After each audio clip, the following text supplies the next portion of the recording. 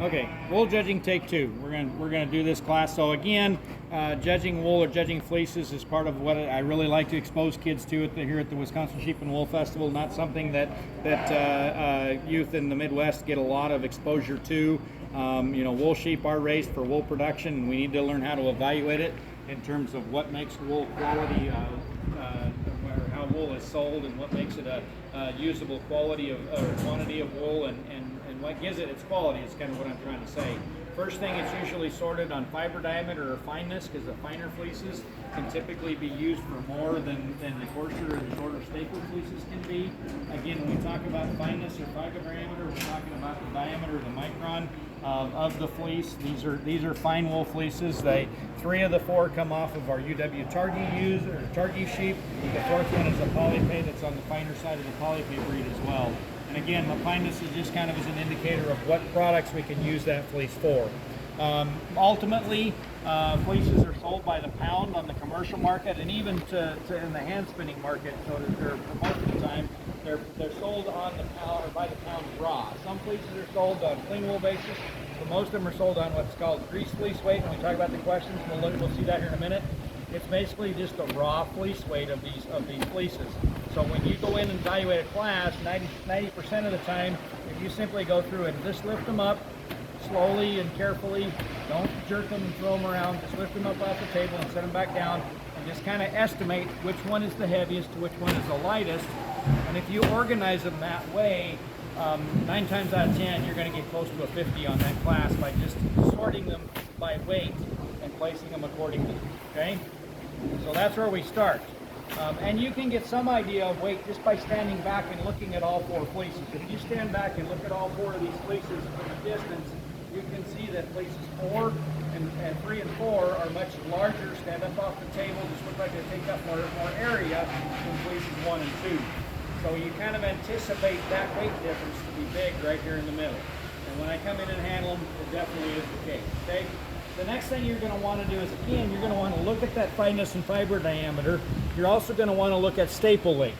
In order to do that, in most contest situations, you're going to be allowed, or you're going to be asked to pull locks, pull samples from several different locations in this bag, but a lock is just one strain or one piece of this whole fleece. Two-handed technique. Please don't pull them like this. Just reach in and start pulling locks. You want to use both hands. Put your left hand down on the fleece, or your right hand if you're left-handed. Reach down and grab just a little bit of the shorn end of this fleece and pull it up between your thumb and your forefinger, and that's a lock of wool. That's how you want to pull it out of the fleece, out of the bag, so that you can look at the shorn side and the weathered side both at the same time. Okay, so we're looking at this lock, or these locks that I've already pulled on the table. I did this ahead of time for this contest because I didn't want you to have to tear my fleeces up too bad to pull a bunch of locks. So we're looking at 4 locks from each one of these fleeces. We're going to look at them for number 1. The first thing we're going to look at is again the fiber diameter, or the fineness, and the easy way to look at it is look at the crimp within these locks. The smaller or tighter together that crimp is, and the crimp is the waviness of these locks. So it's this little wavy, kind of wrinkly looking texture to it. The closer it is and the more crimp it is, the finer it usually is. Whereas this fleece here has a much bolder or larger crimp that's a little easier and more distinct to see, which indicates that it's a little bit coarser than the other 3 fleeces in class. So we want it to be as fine as it can within relative for that class. So this is a fine wool class. We want that crimp to be very tight.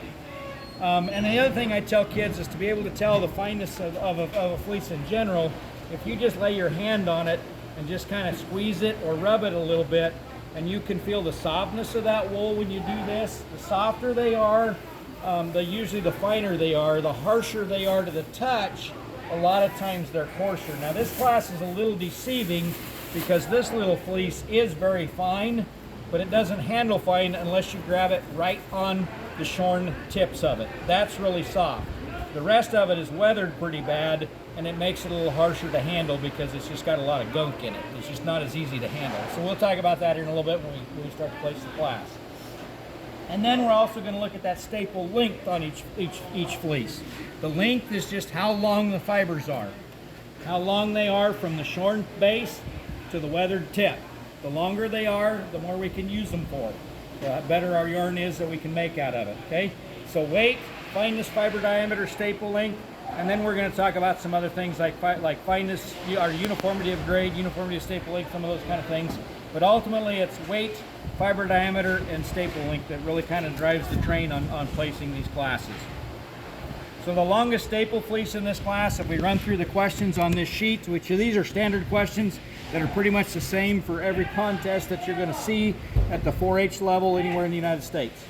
The longest staple fleece in this class is number 4, pretty easily. Very long from tip to base, or base to tip.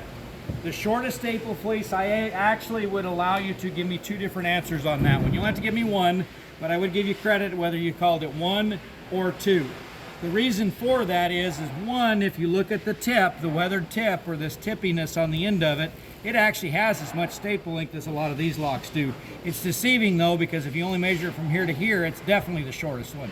But if you measure it all the way from the tip to the base, it's probably longer a lot of times than the 2 is, okay? But those 2 are very, very close. They're both probably too short and shorter than we really want them. Most uniform and staple length, I think, is pretty easily 3. It's definitely not 4 or 1 because of that tippiness that we see in those 2 fleeces, and 2 has got some variability as well. So I think 3 is pretty uniform and staple length. The finest fleece in class, and again, I kind of just gave you credit for all of them because I wasn't real sure. To me, it's probably this 4 fleece, but if you said 4, 3, or 1, I would give you credit. I just do not want you to call this the finest fleece in class. In fact, quite easily, because of that crimp, the coarseness of that crimp, it's quite easily the coarsest fleece in class. So 2 is the answer to number 5. 1, 3, and 4 are the answer to question number 4 on your sheet. Fleece, most uniform in fiber diameter, I felt like was number 4. If you just look around this fleece, it just looks the same all the way through. You look down in the bag, just very complete, very uniform fleece to look at all the way around the fleece. It just stays the same. Whereas there's some variability in crimp in these other 2. There's a spot here that looks really kinky, just not very uniform there. This fleece has got a tremendous amount of variability in crimp and fiber diameter all the way through it. And of course this one's got those tippy tips that just really throw off its balance and its eye appeal and its uniformity as well. So I think 4 is pretty easily the most uniform in fiber diameter. Heaviest grease fleece in the class, or the heaviest weighing fleece of the heaviest fleece when you pick them up. And I think this is fairly close, but this fleece is just a pound or so heavier than anything than this fleece. These 2 are by far the 2 heavy fleeces in class. This one has just a slight advantage in weight. So 3 is just slightly heavier than 4. And then I think your lightest fleece in class is quite easily 1. There's just not much wool there, okay? So the heaviest fleece is 3, the lightest fleece is 1. Now, most of the time the fleece, let's see, excuse me, your next 2 questions, highest and lowest yielding. So yield is basically a percentage of how much of the fleece in this bag is actually fiber or wool versus dirt, oil, grease, etc., etc. So if we talk about yield, which fleece is going to have a higher percentage of clean wool, and we'll just talk about these 2 to start with because I think it's pretty easy to see. Yes, this fleece is heavier, quite a bit, or a little bit heavier, but which fleece is, how much difference is there in size and how much fill there is in this bag? There's not much. This fleece is almost as big, it's longer stapled, but it does give up some weight disadvantage. So it is a little bit, it is quite a bit higher yielding. It's going to yield more pounds of clean wool, or a higher percentage of clean wool than what this fleece is. This fleece has got more dirt and grease that's going to wash out of it, so you're going to have a lower percentage yield on this fleece than you are on this fleece. When you get down here to these 2, kind of have the same thing. This one's a little loftier, a little lighter. This is probably the highest yielding fleece, so this is probably a 60-62% yield. This one's probably about a 58. This fleece is going to yield in the low 50s, probably a 50 to a 52.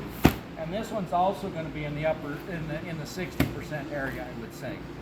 So you've got a 60% yield, maybe a 60% yield. But I definitely think that one, or no, this one's going to be the lowest yielding fleece in class. And the 2 fleece is probably the highest yielding fleece in the class, but by just a little bit over 4. Okay? So then when you equate that to the most pounds of clean wool, the most pounds of clean wool is going to be a combination of the heaviest fleece with the higher yield. So your most pounds of clean wool are still going to come out of these 2 fleeces. This one's going to be just a slightly higher percentage, so there's going to be just maybe a tick more clean wool in this fleece than this one, but I think it's close. And I actually gave you credit for 3 or 4. Both of these 2 fleeces are going to have a tremendous amount of clean wool when they're washed and scoured and cleaned up and ready to go. The least pounds of clean wool is the light fleece that's low yielding, is the number 1. So pretty easily your least pounds of clean wool is there. Fleece with the most desirable character, so that's the really pretty fleece. It's got good crimp, good uniformity, pretty easily 4. Okay. Vegetable matter, that would be a fleece that's got a lot of hay, straw, chaff, those kind of things in it. I didn't really find any in any of these, so I gave you credit for anything. You could just pick one and write it down and you got credit for that question. Most stained wool, I really think that there's quite a bit of urine stains in a couple of spots on this one.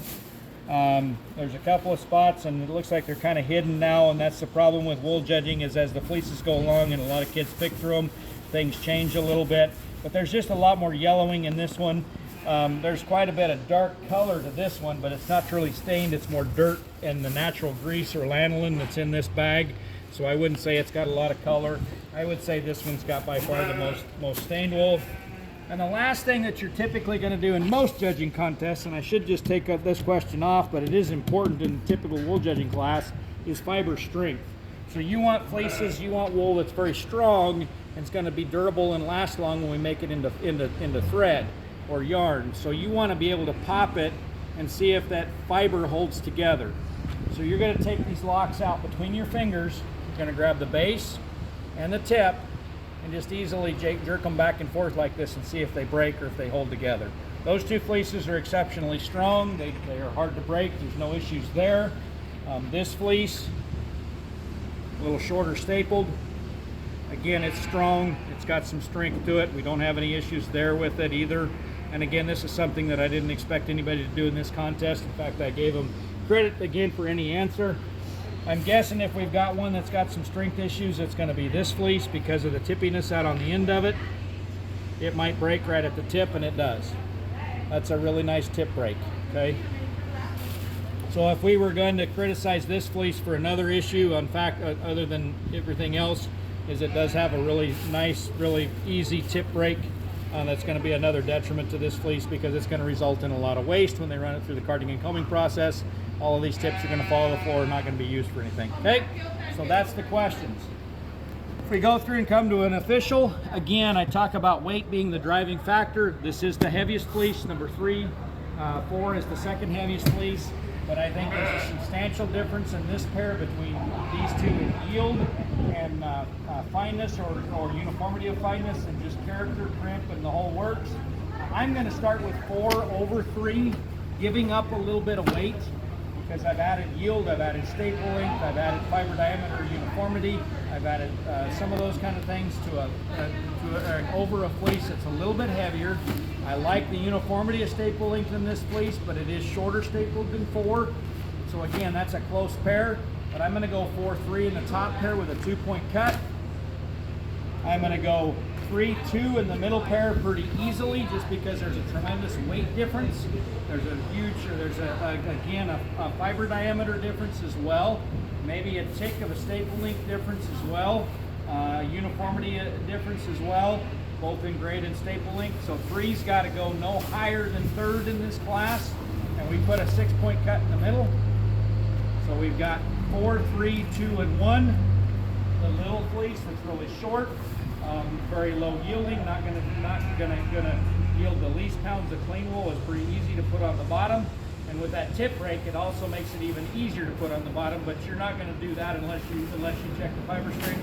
So 3 or 4, 1's got to go on the bottom. So we place this class 4, 3, 2, 1, and cut it 2, 6, and 3. Again, 4, 3, 2, 1, cuts of 2, 6, and 3 on the wool judging class.